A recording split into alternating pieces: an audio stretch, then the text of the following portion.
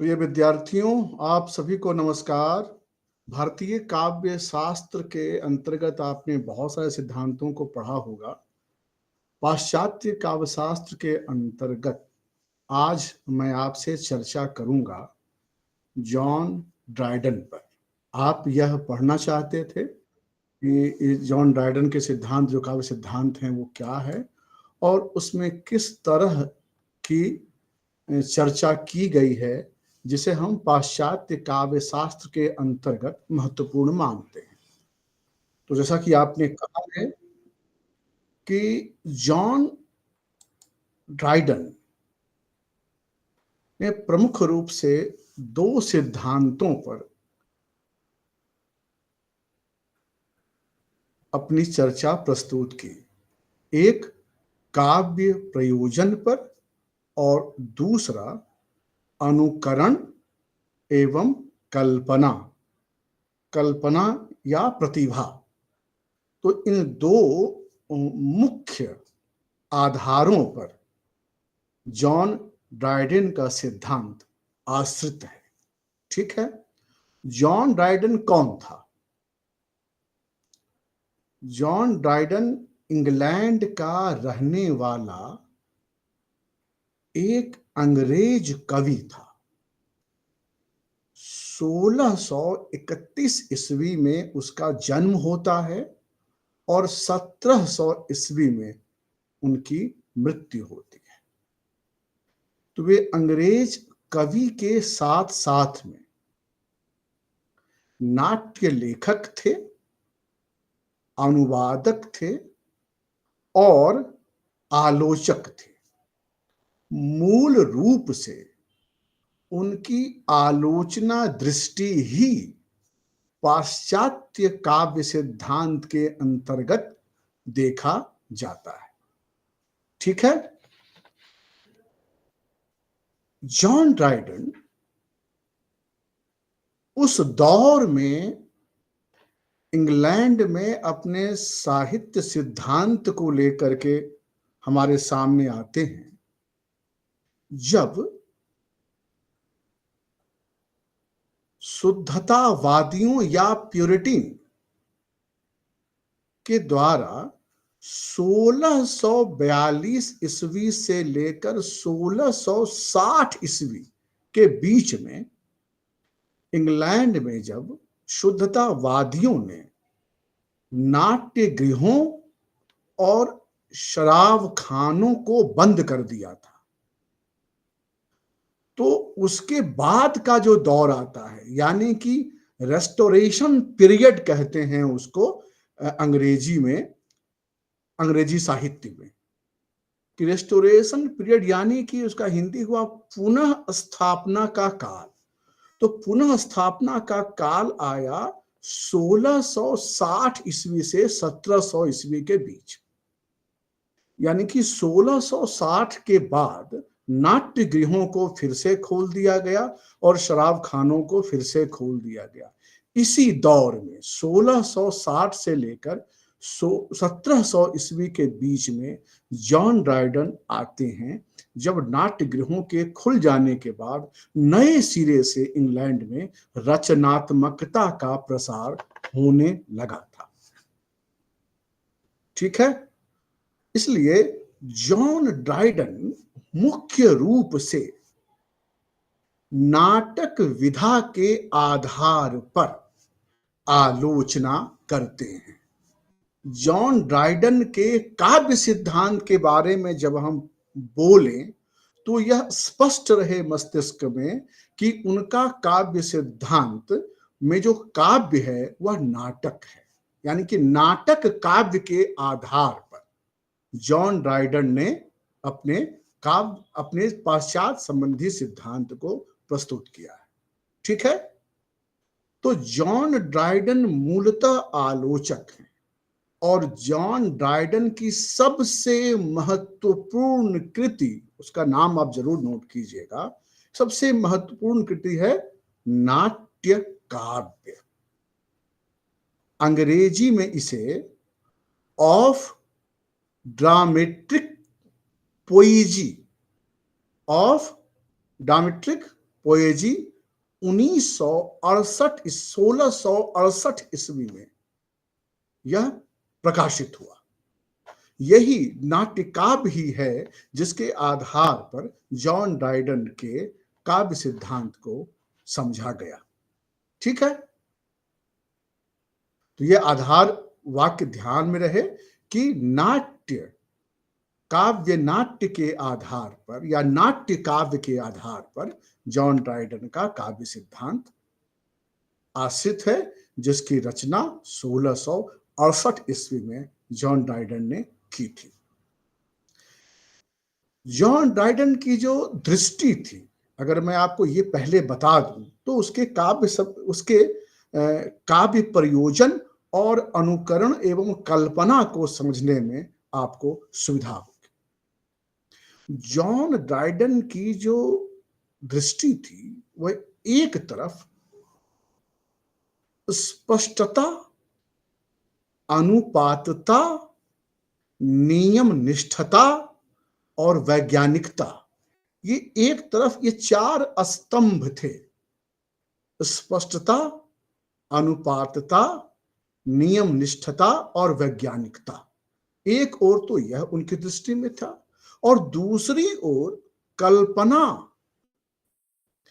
कल्पना की जो शक्ति थी वह उसमें महत्वपूर्ण थी। शक्ति और जीवंतता के प्रति उनमें लगाव था। अपने लेखन में ओजस्वी छंद विधान के प्रति वे सचेत थे और मूर्त प्रत्यक्षीकरण की प्रक्रिया पर यकीन करते थे। तो उनकी जो आलोचना दृष्टि है वह इस तरह से निर्मित होती है, क्योंकि जॉन ड्राइडन के आलोचना में आने से पूर्व परंपरागत शास्त्रवाद का यानी कि शास्त्रीयता का बहुत प्रभाव रहा था। शुरुआत में जॉन ड्राइडन में भी हमें शास्त्रीयता के प्रति, परंपरागत शास्त्रीयता के प्रति झुकाव दिखलाई देता है, लेकिन जैसे जैसे उनकी चिंतन दृष्टि आगे बढ़ती गई, उनमें स्वतंत्र प्रतिमानों के प्रति आग्रह बढ़ता गया और जो पाश्चात्य कला प्रतिमान थे और उन कला प्रतिमानों की दासता काव्य साहित्य में था, उसके खिलाफ जॉन ड्राइडन एक स्वतंत्र चेता आलोचक की तरह स्वतंत्र प्रतिमान के साथ हमारे सामने आते हैं और इस तरह से वे नाट्य शास्त्र में जो विदेशी प्रतिमान थे उसके विरुद्ध राष्ट्रीय प्रतिक्रिया देते हुए वे काव्य सिद्धांत को आविष्कृत करते हैं। ठीक है, जॉन ड्राइडन का जो परिवेश था, जिस परिवेश में आकर के उन्होंने अपने काव्य सिद्धांत को दिया, उसके बारे में आप 2-3 बिंदुओं में समझ लें। पहला कि जॉन ड्राइडन से पूर्व प्राचीन यूनानी और रोमन जो नाटक की दुनिया थी, मजबूत दुनिया, उसकी उपलब्धियां भरी हुई थी पहले से। यूनानी और रोमन नाटकों की जो बड़ी बड़ी उपलब्धियां थी वह मौजूद थी। दूसरा, 17वीं शताब्दी में फ्रांस में जो नव शास्त्रीय नाट्य साहित्य हमारे सामने आया था वह बड़े पैमाने पर उसका प्रभाव पूरी दुनिया पर था। यानी फ्रांस के नव शास्त्रीय नाट्य साहित्य का प्रभुत्व था, फ्रांस का वर्चस्व था। तीसरा, समसामयिक जो रेस्टोरेशन पीरियड था, पुनः स्थापना काल का दौर था, उसी दौर में अंग्रेजी में और भी महत्वपूर्ण नाटक लिखे जा रहे थे, वह प्रभाव, वह दौर था। और चौथा जो सबसे मजबूत था, वह शेक्सपियर ने अंग्रेजी में नाटक की एक ऐसी समृद्ध और मजबूत परंपरा स्थापित की थी जिसके पार पाना बहुत मुश्किल था।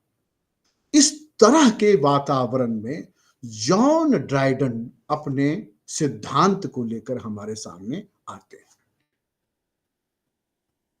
और जब वो सिद्धांत लाते हैं, यानी कि और सिद्धांत किसमें लाते हैं, वो ध्यान रहे, एक ही मात्र कृति उनकी थी, नाट्य काव्य, जो 1668 ईस्वी में लिखी गई थी। तो इस नाट्य अपने इस आलोचना ग्रंथ में, नाट्य काव्य में जो महत्वपूर्ण बात की, क्योंकि उनकी पृष्ठभूमि में वो सब थी, फ्रांस का नवशास्त्रीयतावाद था, यूनान और रोमन की नाट्य परंपरा, मजबूत नाट्य परंपरा थी, शेक्सपियर की अपनी नाट्य परंपरा मजबूत थी। ये सब जो परिदृश्य में था, तो अपने इस समीक्षात्मक जो काम किया नाट्य काव्य में, उसमें उन्होंने मोटे तौर पर प्राचीनता के साथ आधुनिकता, फ्रांसीसी साहित्य के साथ में अंग्रेजी साहित्य, तुकांत छंदों के साथ में अतुकांत छंदों, इन सब की बात की, और इस तरह से 3 आयामों पर बात की, प्राचीनता बनाम आधुनिकता, फ्रांसीसी बनाम अंग्रेजी, तुकांत बनाम अतुकांत।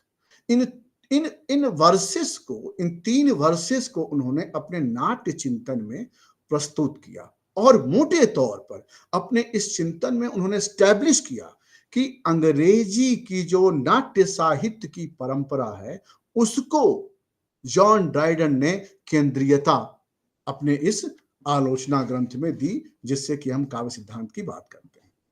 और उसने नाटक की एक बहुत ही महत्वपूर्ण परिभाषा की।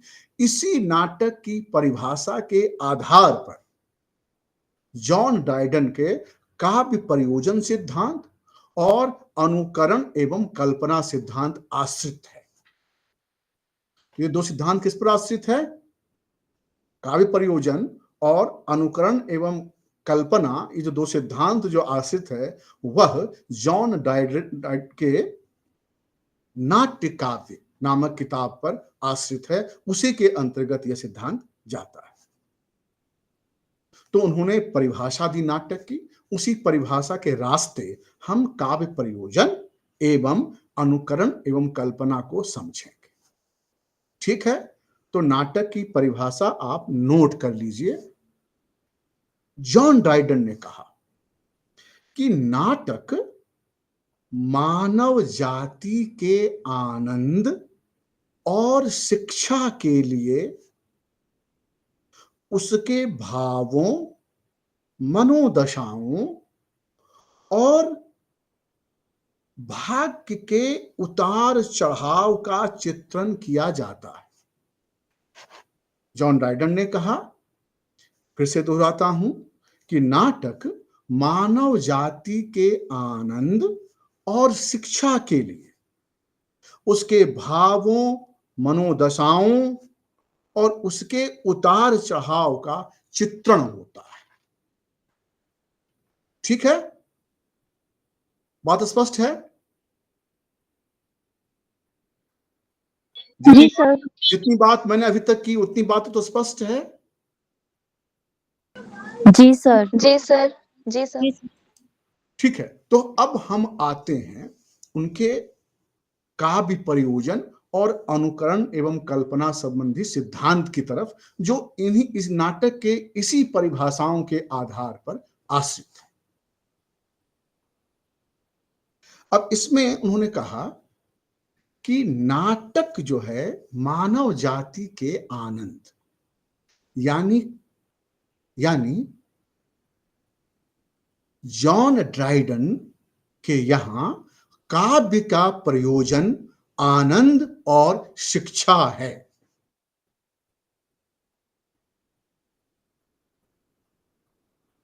और यह आनंद और शिक्षा के लिए जॉन ड्राइडन ने कहा कि मनुष्य के भावों, मनोदशाओं और भाग्य के उतार चढ़ाव का चित्रण किया जाता है। किसमें? नाटक में। किस चीज के लिए? आनंद और शिक्षा के लिए। काव्य का प्रयोजन यही है। किसके लिए? जॉन ड्राइडन के काव्य प्रयोजन संबंधी सिद्धांत के। वो इसलिए ऐसा करते हैं आनंद और शिक्षा की, क्योंकि वे मानते हैं कि नाटक की प्रतिबद्धता मानव प्रकृति के प्रति है। और यहीं से देखिए आपके सामने अनुकरण का सिद्धांत भी स्पष्ट होगा कि नाटक की प्रतिबद्धता मानव प्रकृति के प्रति है। और मानव प्रकृति जो है, मानव प्रकृति का अनुकरण या मानव प्रकृति का जो चित्रण है, वह कोई एक स्थिर इकाई नहीं है। नाटक की प्रतिबद्धता मानव प्रकृति के प्रति है और मानव प्रकृति कोई स्थिर या जड़ इकाई नहीं है। मानव की प्रकृति सतत परिवर्तनशील है। और इसलिए जॉन ड्राइडन ने मानव प्रकृति की गतिशीलता को समझाने के लिए भाव और मनोदशाएं, जो अपनी परिभाषा में कहते हैं, भाव यानी कि पैशन और मनोदशाएं यानी कि ह्यूमरस, इन दोनों दशाओं का संबंध मनुष्य की बुद्धि से स्थापित किया है। मानव प्रकृति कोई स्थिर या जड़ इकाई नहीं है, यह परिवर्तनशील है। और यह जो मानव प्रकृति है, इसके दो निर्धारक तत्व हैं, भाव और मनोदशाएं। और इन दोनों भाव और मनोदशाओं का संबंध बुद्धि से है। इसको इस तरह समझिए कि जॉन ड्राइडन ने भाव का संबंध हृदय से जोड़ा और मनोदशाओं का संबंध बुद्धि से जोड़ा। तो भाव और बुद्धि यह दोनों मिलकर मानव प्रकृति का निर्माण करते हैं। और यह मानव प्रकृति संवेदनात्मक प्रतिक्रिया हमारे सामने प्रस्तुत करता है। तो ध्यान रहे कि काव्य प्रयोजन में जो आनंद है, वह आनंद और शिक्षा है। यह आनंद और शिक्षा अनुकरण और कल्पना के आधार पर स्थापित होती है। मानव प्रकृति के बारे में जब मैंने कहा कि वह एक गतिशील इकाई है, इसका मतलब हुआ कि मानव की प्रकृति हमेशा एक ऐतिहासिक विकास क्रम के साथ आगे बढ़ती जाती है। और इस विकास क्रम के माध्यम से ही हमारे ज्ञान का विस्तार होता है। तो ऐतिहासिक विकास क्रम में मानव प्रकृति जैसे जैसे आगे बढ़ती जाएगी, ज्ञान का विस्तार होता जाएगा। और जब ज्ञान का विस्तार होगा तो हमारे भावों और मनोदशाओं में विविधता आएगी। जैसे जैसे आगे बढ़ेगा तो नए नए भाव, नई मनोदशाएं आएंगी। तो जो नए भाव और नई मनोदशाएं हैं, वह मानव प्रकृति को गतिशील रखती है। और इसी अर्थ में जो जो जो विकास क्रम में जो नए भाव आते हैं, वे संश्लिष्ट और कई बार कठिन या जटिल भी होते हैं। तो इस आधार पर क्या तय हुआ? इस आधार पर यह तय हुआ कि साहित्य को किसी पूर्व निर्धारित नियमों के आधार पर शाश्वत ढंग से समझा नहीं जा सकता, क्योंकि यह गतिशील है। इसमें नए भाव संश्लिष्टता और जटिलता के साथ आते रहते हैं। यानी साहित्य की जो मूल प्रतिबद्धता है, वह मूल प्रतिबद्धता मनुष्य की प्रकृति के सतत परिवर्तनशीलता से जुड़ी हुई है। और जैसे जैसे यह आगे बढ़ता है तो अपने अपने समय में, देश काल में इसमें परिवर्तन आना आवश्यक है। इसलिए कभी भी नए साहित्य के मूल्यांकन के लिए जो पुरानी कसौटियां हैं वह उपयोगी नहीं होती, बल्कि उसमें समय समय पर संशोधन, परिवर्तन होता रहना आवश्यक है। और यहीं से वे किसी भी तरह के शास्त्रीयता के विरुद्ध अपने आप को खड़े करते हैं। और यह वह शास्त्रीयता जो फ्रांस में शास्त्रीयता का जिसका जो डिस्कोर्स शुरू हुआ था नाटकों में, उसके विरुद्ध खड़े होते हैं। इसको मैं कहूं ऐसे कि नाटक या साहित्य की जो वास्तविक नियामक शक्ति है वह मानव प्रकृति है, ना कि कोई शास्त्र। क्लियर? साहित्य की वास्तविक नियामक शक्ति कौन है? मानव प्रकृति, ना कि कोई शास्त्र। और अगर कहीं आपको मानव प्रकृति और शास्त्र में टकराहट दिखलाई देती है, द्वंद्व दिखलाई देती है, तो वहां पर जो प्राथमिकता देनी है वह मानव प्रकृति को देनी है। जॉन ड्राइडन यही स्टैब्लिश करते हैं। बात यहां तक स्पष्ट है? यहां तक बात स्पष्ट है ना? जी सर। कोई कंफ्यूजन नहीं होना चाहिए। इसी जगह पर कोई कंफ्यूजन हो तो मुझसे पूछ लीजिएगा। तो जॉन ड्राइडन ने काव्य के प्रयोजन के संदर्भ में, जैसा कि मैंने पूर्व में कहा, कि आनंद और शिक्षा है। नाट्य साहित्य का उद्देश्य आनंद और शिक्षा प्रदान करना है। पहले स्थान पर जॉन ड्राइडन ने आनंद को रखा और उसके बाद शिक्षा को। आपको याद होगा कि प्लेटो ने अपने काव्य संबंधी सिद्धांत में शिक्षा को सबसे अधिक महत्व दिया था, और अरस्तु ने अपने गुरु प्लेटो के इस शिक्षा वाले सिद्धांत को खारिज करते हुए आनंद को प्रधान माना था। पाश्चात्य चिंतक होरेस ने भी आनंद को ही प्रधानता दी है और उसके बाद शिक्षा को प्रधानता दी है। ड्राइडन इसी अरस्तु और होरेस के लाइन पर हैं। उन्होंने कहा कि साहित्य का प्रमुख उद्देश्य ही है आनंद, भले ही आनंद एकमात्र उद्देश्य न हो, लेकिन आनंद प्रधान है। शिक्षा को स्वीकारा है ड्राइडन ने, लेकिन उसे दूसरे स्थान पर।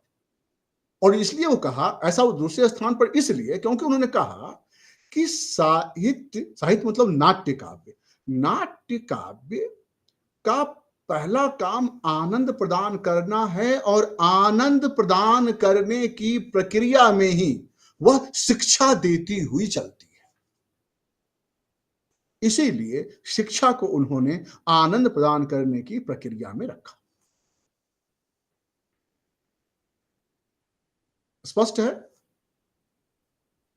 जी सर। आनंद को काव्य का जो मुख्य प्रयोजन है वह आनंद प्राप्त करना है, और शिक्षा उसके बाद है। इस बात को आगे बढ़ाते हुए उन्होंने कहा कि शिक्षा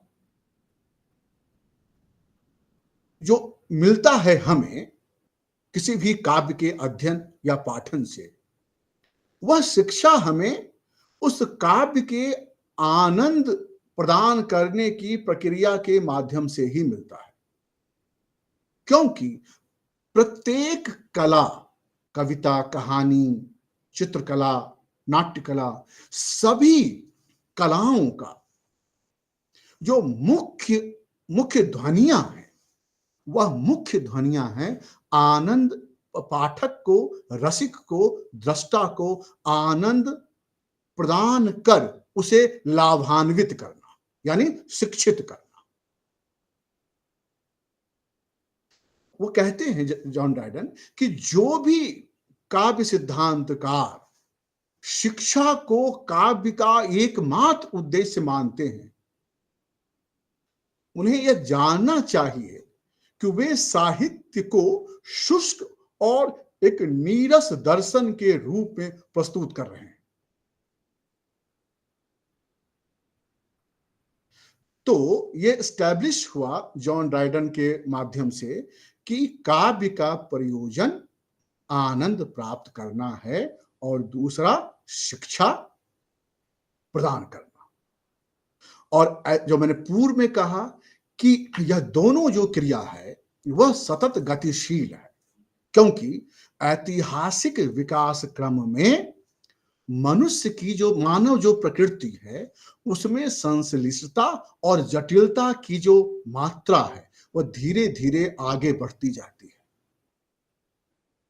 ये कहा जाता है कि जिस भी साहित्य में मानव प्रकृति की संश्लिष्टता या विविधता का जो चित्रण है जितना ज्यादा होगा, मानव प्रकृति का चित्र का जो प्रतिबिंब है उतना ही महत्वपूर्ण होकर के हमारे सामने आएगा। यानी कि जितना अधिक ऐतिहासिक विकास क्रम में मानव प्रकृति जितना संश्लिष्ट और जटिल होगा, उसमें आनंद प्रदान करने की क्षमता उतनी ही अधिक होगी। ध्यान समझिए इसको कि ऐतिहासिक विकास क्रम में मानव प्रकृति में संश्लिष्टता और जटिलता और विविधता जितनी उसमें वृद्धि होती जाएगी, मानव प्रकृति का सच्चा चेहरा उतना ही अच्छा दिखलाई देगा और उसी के अनुपात में उसे आनंद भी मिलेगा। शर्त उसमें जॉन ड्राइडन ने यह लगाई कि जो विविधता और जटिलता है, जो संश्लिष्टता है, वह उसमें एक ठोस विकास क्रम हो, उसमें एक अनविति हो, एक दूसरे से चीजें जुड़ी हुई आगे बढ़े। स्वतंत्र चीजें आगे बढ़ेंगी तो आनंद की प्राप्ति नहीं होगी। इसलिए अनविति को उसने महत्वपूर्ण माना कि जो विविधता है, जो वैविध्य है काव्य में, उसमें एक व्यवस्था क्रम होना चाहिए, एक अनुक्रम बना रहना चाहिए, और इसी के माध्यम से आनंद की प्राप्ति काव्य से होगी। ठीक है, इतनी बातें स्पष्ट हैं? जी सर। ठीक है। तो ड्राइडन ने अरस्तु से जो आनंद का सिद्धांत ग्रहण किया और बाद में शिक्षा उसमें उसने जोड़ा, तो अरस्तु के माध्यम से जॉन ड्राइडन ने यह कहना चाहा कि अनुकरण की जो प्रक्रिया है वह आनंदमय है। ध्यान समझिएगा, एक एक चरण के आधार पर मैं आपको आगे बढ़ा रहा हूं कि आनंद की अनुकरण की जो प्रक्रिया है वही आनंदमय है। जो काव्य का प्रयोजन है आनंद और शिक्षा, तो जो आनंद प्राप्त करने की प्रक्रिया है वह अनुकरण से जुड़ी हुई है। अनुकरण की जो प्रक्रिया आनंदमय है, तो इसको जोड़िए, काव्य का प्रयोजन आनंद, अनुकरण की प्रक्रिया ही आनंदमय है, और कल्पना या प्रतिभा किसी भी रचनाकार की एक विशिष्ट शक्ति है जो अनुकरण को सृजन में रूपांतरित करती है। अब मैं अपनी इस बात को आपके सामने और स्पष्ट करता हूं। तो अनुकरण की प्रक्रिया ही आनंदमय है, इसका मतलब हुआ कि जीवंत अनुकरण, अनुकरण यांत्रिक नहीं, नीरस नहीं, जीवंत अनुकरण ही, चाहे वह अनुकरण कविता के माध्यम से, काव्य के माध्यम से हो या किसी चित्र के माध्यम से हो, जब तक जीवंत अनुकरण नहीं होगा तब तक उससे आनंद की सृष्टि नहीं होगी। ठीक है, यानी कि कोई भी सृजनात्मक साहित्य में भावों, मनुष्य की प्रकृति के अंतर्गत भावों और मनोदशाओं, भावों मतलब हृदय और मनोदशाओं मतलब बुद्धि, भावों और मनोदशाओं का चित्रण जो होता है वह हमारे ऐसे भावों या मनोवेगों का अनुकरण है जो सतत गतिशील रहता है। मनुष्य के मानव प्रकृति के भावों या मनोवेगों का अनुकरण साहित्य में होता है।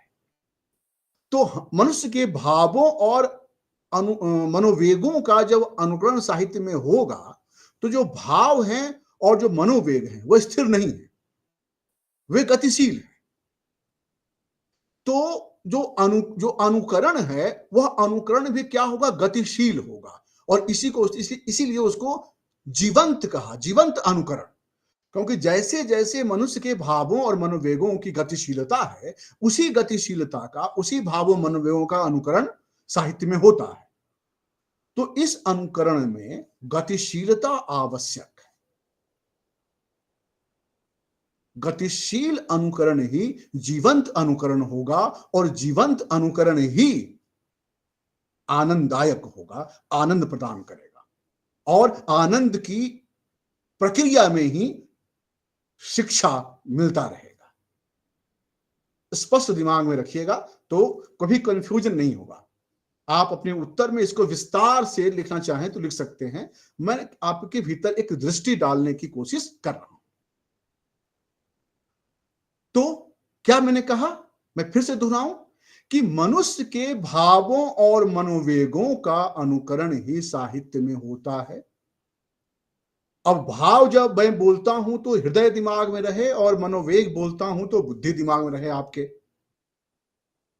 तो ये जो भावों और मनोवेगों का अनुकरण है, तो ये जो भाव और मनोवेग है वो क्या है, गतिशील है।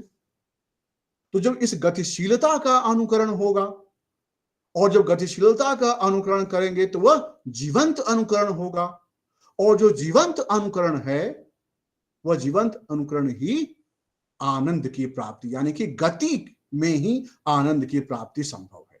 आनंद एक गतिशील आवेग है, उसके अलावे कुछ नहीं। ठीक है। अब इस बात के बाद अब एक बात और इसमें जोड़ना है। तो यह गतिशीलता भी हमने कही, भाव और मनोवेग भी कहा, और इन सब का अनुकरण ही कहा कि अनुकरण होगा तो जीवंत अनुकरण होगा, उससे आनंद मिलेगा। इतनी बात तो ठीक है। जॉन ड्राइडन कहते हैं कि लेकिन इतना ध्यान रहे कि यह जो गतिशीलता है, यह जो जीवंत अनुकरण है, यह जीवंत अनुकरण तभी हो पाएगा जब इसमें आप नियमों का पालन करेंगे। और नियम क्या, वही अनविति वाला नियम, एक दूसरे से संबंध जो होता है, जो संबद्धता है, जब तक वो संबद्ध नहीं होगी एक से दूसरा, दूसरे से तीसरा, तब तक आनंद का सृजन नहीं होगा। आनंद प्राप्ति की संभावनाएं तब तक उसमें नहीं होगी। इसलिए कोई भी साहित्य आनंद प्रदान करती है तो इसका मतलब हुआ कि उसमें एक अनविति है, उसमें नियम का पालन किया गया है। ठीक है। अच्छा, इतनी बात सही है। अब हम आते हैं कि अनुकरण में कल्पना का महत्व। कल्पना को प्रतिभा के तौर पर भी देखा गया है कि भाई कोई मनुष्य की प्रकृति और उसके भावों मनोवेगों का अनुकरण, जीवंत अनुकरण जब होगा तो, और यह जो अनुकरण होगा वह अनविति या नियमों के आधार पर होगा, तब जाके आनंद की हमें प्राप्ति होगी। लेकिन यह तब होगा ना जब रचनाकार में इस तरह के अनुकरण करने की प्रतिभा होगी, कल्पना शक्ति होगी। जॉन ड्राइडन ने यहीं पर अपने कल्पना सिद्धांत को आविष्कृत किया और कहा कि अनुकरण में प्रकृति का अनुकरण जॉन ड्राइडन के सिद्धांत की आधारशिला है। अनुकरण, प्रकृति का अनुकरण। और प्रकृति का अनुकरण जो है वह अपनी कल्पना शक्ति के आधार पर जीवंतता के साथ, नवीनता के साथ करना है। प्रकृति का अनुकरण वैसे नहीं करना है कि यथा तथ्य जो जैसा है उसको उठा करके रख दिया, बल्कि उस प्रकृति का अनुकरण पुनः सृजनात्मकता के आधार पर करना है। और जो उन्होंने अरस्तु से लिया था कि हूबहू नकल नहीं करना है। जो प्लेटो कहता था कि नकल की नकल है और सत्य से वो दुगनी दूरी पर है, अरस्तु ने कहा नहीं, नकल तो है लेकिन उस नकल का पुनः सृजन है, पुनर्रचना है, फिर से रचा गया है, इसलिए यह नकल नहीं है। तो और यह पुनः सृजन तभी होगा जब रचनाकार में प्रतिभा या कल्पना होगी। यानी अब उसको एक पद में कहें, यथार्थ का कल्पनात्मक पुनः सृजन ही अनुकरण है। अनुकरण नकल नहीं है, अनुकरण हूबहू नहीं है, बल्कि यथार्थ का कल्पनात्मक पुनः सृजन ही अनुकरण है। जॉन ड्राइडन इसी पर बल देते हैं, क्योंकि कोई भी कलाकार, कोई भी रचनाकार किसी भी तथ्य को यथा तथ्य नहीं रखता है। अगर वह रखेगा तो वह कला नहीं होगी, वह काव्य नहीं होगा, वह और कुछ भले ही हो जाए। यानी कि एक रचनाकार प्रकृति से केवल उतनी ही सामग्री लेता है जिसके माध्यम से वह अपनी कल्पनात्मक शक्ति से उसको सुंदर और देखने में सादृश्य बना सके, उसे प्रस्तुत कर सके। वह विषय वस्तु प्रकृति से तो लेगा,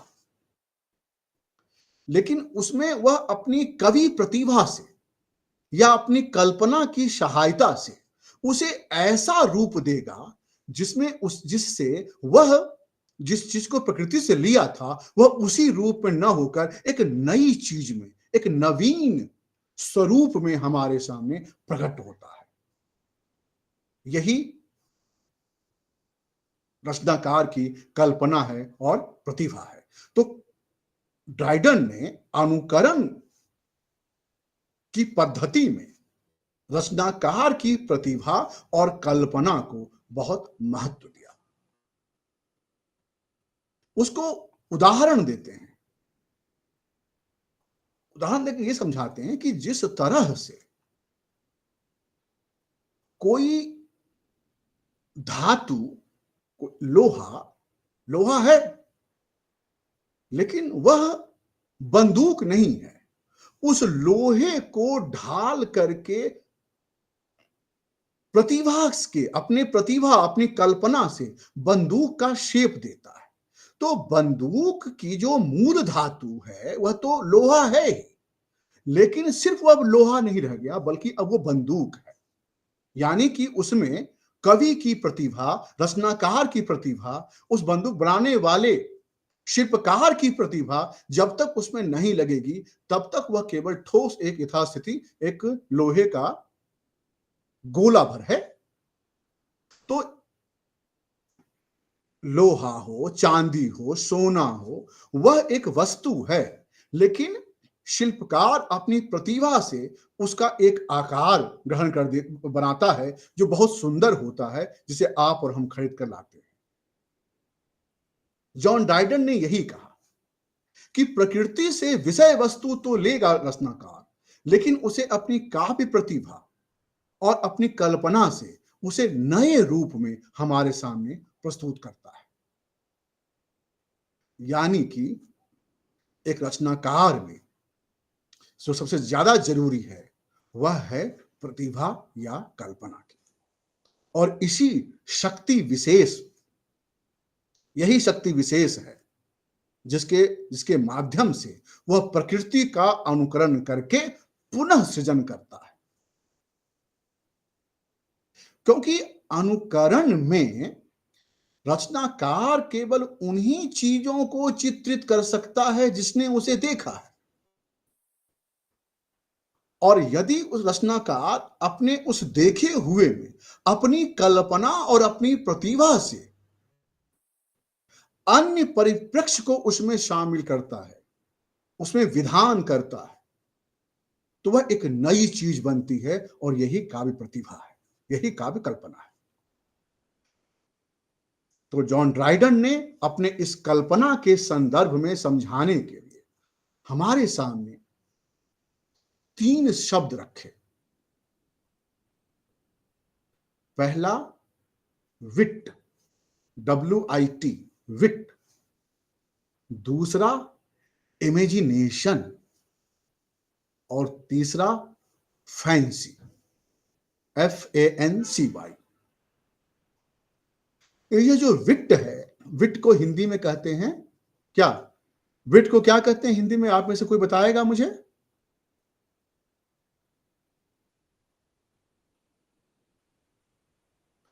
आप में से कोई मुझे विट के बारे में बताएगा? विट क्या होता है, समझाइए। सर यथार्थ हो सकता है क्या इसका अर्थ? नहीं, और कीजिए कोशिश। विट मतलब हुआ कि कोई चीज को कहने की तीक्ष्ण और सचेत शैली। शुद्ध हिंदी में कहें तो विदग्धता। विदग्धता मतलब वही हुआ कि जिसको आप अंग्रेजी में कहते हैं कि बहुत ही शार्प है कोई आदमी, ये आदमी बहुत शार्प है, ये बहुत तेज है।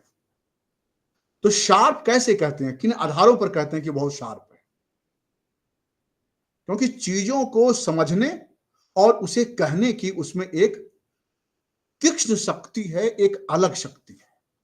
जॉन ड्राइडन ने कल्पना के संदर्भ में विट को यानी विदग्धता को बहुत महत्वपूर्ण स्थान माना है। उन्होंने ये कहा है कि फैंसी और इमेजिनेशन जो है, उन दोनों की अभिव्यक्ति तब तक नहीं हो पाएगी जब तक कि रचनाकार में विट न हो, विदग्धता न हो। कवि प्रतिभा का जो सूचक है, जो मानदंड है, वह यही विट है। और इसी विट के माध्यम से वह अपने काव्य में अलंकरण करता है और कल्पना की एक ऐसी दुनिया बनाता है जो देखने में सच और ग्राह्य लगती है। और वह कल्पना केवल हमें भुला देने के लिए नहीं, बल्कि शिक्षा प्रदान करने वाली होती है। आनंद के साथ साथ शिक्षा प्रदान तभी कर पाएगी जब उसमें रचनाकार में विट हो। सर क्या ये विट शब्द को हम लोग प्रतिभा से जोड़ सकते हैं? हाँ, बिल्कुल जुड़ेगी, प्रतिभा से बिल्कुल जुड़ेगी चीजें कि जो प्रतिभावान होगा उसी में विट होगी। बिल्कुल सही बात है। कल्पना की जो शक्ति है वह भी इस प्रतिभा से जुड़ती है। ठीक है ना? जी सर। तो यानी कि एक जॉन ड्राइडन के काव्य प्रयोजन और अनुकरण और कल्पना या प्रतिभा के सिद्धांत में यह एक मूल बात है कि रचनाकार में एक तीक्ष्ण विवेक शक्ति हो, विवेकपूर्ण शक्ति हो। जब तक विवेक नहीं होगा तब तक काव्य का कोई प्रयोजन सिद्ध नहीं होगा। तो यानी जॉन ड्राइडन ने प्रतिभा, विवेक को इसलिए महत्वपूर्ण माना कि विवेक कल्पना को नियंत्रित रखता है। कल्पना को उन्होंने एकदम से बेपरवाह होने के लिए नहीं कहा, सीमाहीन होने के लिए नहीं कहा। कल्पना पर नियंत्रण रखने का काम विवेक का है। इसलिए जॉन ड्राइडन ने अपने काव्य सिद्धांत में विवेक को भी महत्वपूर्ण माना है, और वो ये माना है कि कल्पना और विवेक दोनों की जो जुगलबंदी है, दोनों जब एक दूसरे परस्पर का सहयोग नहीं करते हैं, तब तक काव्य की रचना प्रक्रिया में गतिशीलता नहीं आती है। यानी विवेक जो शक्ति है वह मनुष्य की संवेदनात्मक शक्ति को नियंत्रित करती है और उसकी अभिव्यक्ति में एक अनविति रहती है। तो दूसरे शब्दों में सच्ची प्रतिभा विवेक और कल्पना के उचित संतुलन पर निर्भर होता है। सच्ची प्रतिभा विवेक और कल्पना के उचित संतुलन पर निर्भर है, और यही सच्ची प्रतिभा जो विवेक और कल्पना के उचित संतुलन पर निर्भर है, यही प्रतिभा काव्य की रचना में, प्रकृति के अनुकरण में महत्वपूर्ण भूमिका निभाती है। ठीक है? जी सर। तो इसी तरह से फिर जब जब कल्पना और विवेक में एक संतुलन होगा, तो इमेजिनेशन और फैंसी, जिन दो शब्दों का प्रयोग ड्राइडन ने किया है, वह महत्वपूर्ण होगा। फैंसी जो कि फंतासी से जुड़ता है, उसकी तुलना में महत्वपूर्ण स्थान कल्पना को दिया है। यानी कि जॉन ड्राइडन ने पोएटिक इमेजिनेशन पद का प्रयोग अपने सिद्धांत में, पोएटिक इमेजिनेशन मतलब कवि कल्पना, पदबंध का प्रयोग कवि प्रतिभा के साथ जोड़कर किया है कि कवि प्रतिभा में ही पोएटिक इमेजिनेशन होता है। और इस पोएटिक इमेजिनेशन के लिए जॉन ड्राइडन ने उद्भावना, कल्पना और अभिव्यक्ति, इस तीन का एक संतुलन बनाया कि कोई भी चीज हमारे भीतर कैसे उद्भूत होती है, इस उद्भूत होने में कल्पना क्या अपना योगदान देती है, और इस उद्भूत होने और कल्पना के माध्यम से उद्भूत होने वाली जो चीजें हैं वह अभिव्यक्ति के रूप में कैसे हमारे सामने आती है। यानी कि उद्भावना, कल्पना और अभिव्यक्ति, ये तीन ऐसे घटक हैं जो पोएटिक इमेजिनेशन को मजबूत करते हैं। यानी कि कल्पना उस विचार का रूपांतरण है जिसके माध्यम से रचनाकार अपने प्रत्यक्षीकरण, जिसको वह देखता है, उस देखे हुए को विवेक के आधार पर विषय के अनुक्रम में अनविति के साथ चित्रित करता है। और यह अभिव्यक्ति, यह जो चित्रण है वह सटीक हो, अर्थपूर्ण हो, और जिसमें ध्वन्यात्मक गुण हो। जॉन ड्राइडन ने अपने काव्य संबंधी सिद्धांत में इन सब का, अपने काव्य संबंधी सृजन प्रक्रिया में इन चीजों को महत्वपूर्ण माना है। ठीक है? एक और बात मैं कहना चाहता हूं आपके सामने कि जॉन ड्राइडन ने अपने सिद्धांत के बारे में कहते हुए एक और महत्वपूर्ण बात हॉब्स नामक एक चिंतक के माध्यम से कही। उसने कहा कि इसी जो मैं पहले कह चुका हूं उसी को उसने सूत्रबद्ध करने की कोशिश की और कहा कि बुद्धि यानी कि विवेक और कल्पना दोनों सगी बहनें हैं और उसकी जो जननी है वह स्मृति है। दोनों बहनों में बुद्धि अधिक अनुशासन प्रिय है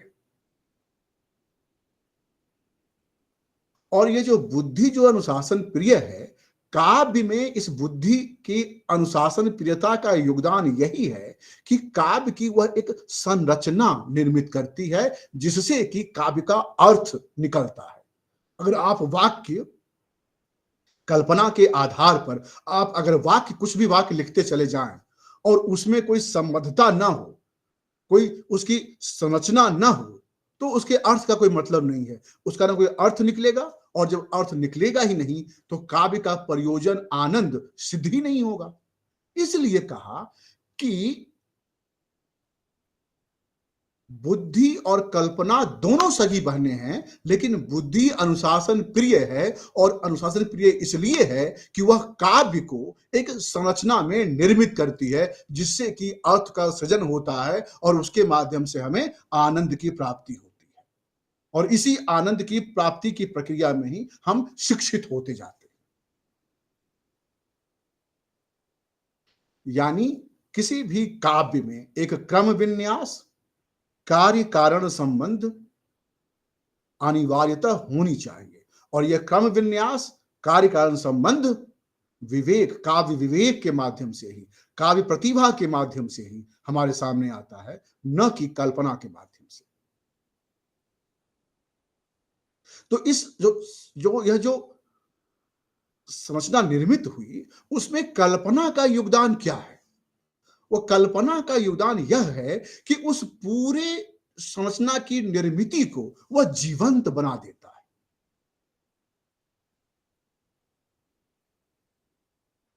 ठीक है ना?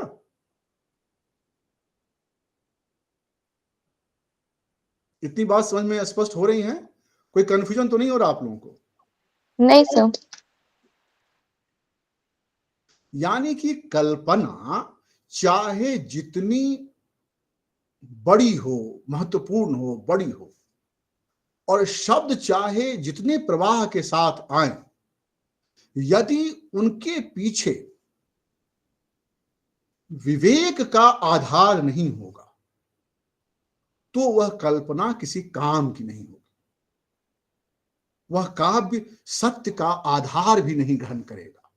उसकी गतिशीलता के लिए यह आवश्यक है कि कल्पना हो, लेकिन उस गतिशीलता का एक अर्थ भी हो, इसके लिए काव्य प्रतिभा का महत्वपूर्ण योगदान है। ठीक है?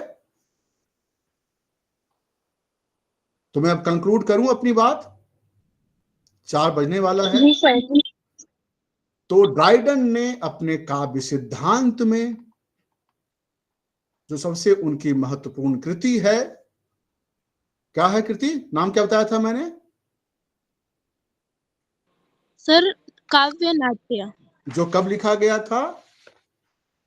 1668 ईस्वी। तो उसी सिद्धांत के उसी कृति के आधार पर उन्होंने काव्य प्रयोजन और अनुकरण के सिद्धांत को कल्पना के साथ हमारे सामने प्रस्तुत किया और इस प्रस्तुति में उन्होंने जो विश्लेषण किया उस विश्लेषण के उन्होंने 3 आधार चुने थे कि प्राचीन बनाम आधुनिक, फ्रांसीसी साहित्य बनाम अंग्रेजी साहित्य और तुकांत बनाम अतुकांत छंद। और उन्होंने फ्रांस की शास्त्रीय नाट्य को पीछे करते हुए अंग्रेजी नाटक को महत्वपूर्ण स्थान दिया। यूनानी और रोमन की नाट्य परंपरा में ट्रेजेडी की प्रधानता की आलोचना करते हुए आनंद की प्रधानता के बारे में बात करते हुए अंग्रेजी नाट्य परंपरा को स्थापित किया। ठीक है ना? अनुकरण में उसने काव्य प्रतिभा का महत्वपूर्ण योगदान माना और यह माना कि अनुकरण नकल नहीं है बल्कि यह पुनर्सृजन है, पुनर्रचना है। और यह तभी संभव है जब काव्य प्रतिभा हो और काव्य की कल्पना हो, और काव्य का प्रयोजन आनंद प्रदान करना और शिक्षा प्रदान करना है। यही बातें मैंने आज आपको समझाने की कोशिश अपने इस वक्तव्य में की है। अब मैं आपसे निवेदन करता हूं कि इस संदर्भ में कोई भी प्रश्न हो, कोई भी दुविधा हो तो आप मुझसे पूछ सकते हैं, या मेरी इस पूरी बातचीत में कुछ जोड़ना चाहते हैं तो जोड़ सकते हैं। अब यह समय आपका है।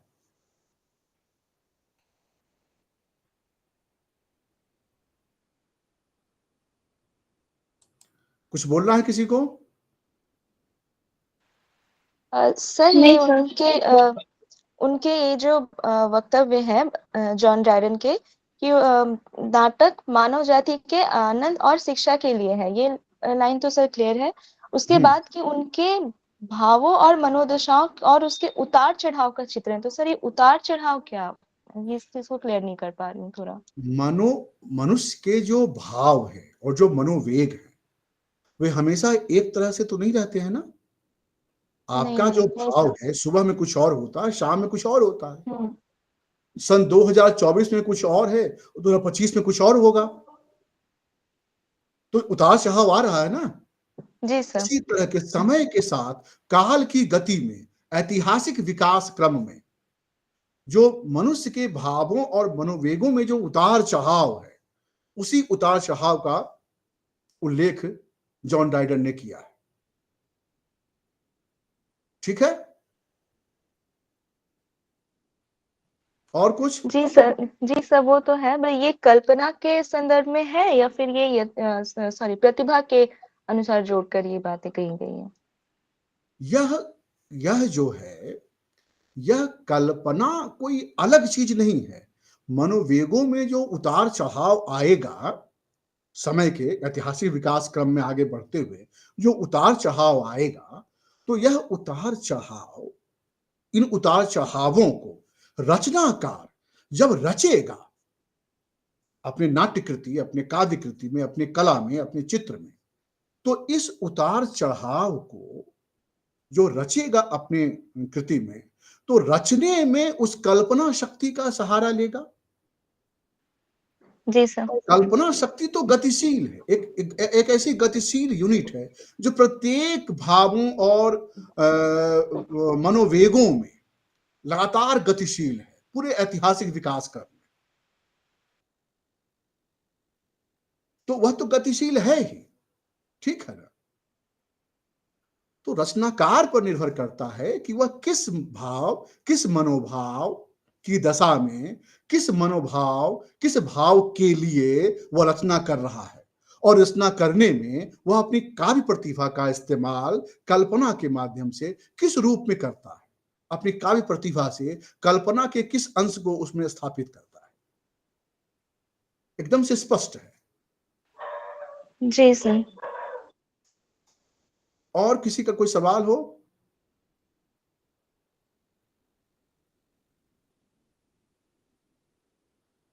कोई सवाल है? नहीं सर। चलिए, बहुत बहुत धन्यवाद आप लोगों का। कल फिर मिलते हैं इसी टाइम पर। ठीक है। जी सर, धन्यवाद।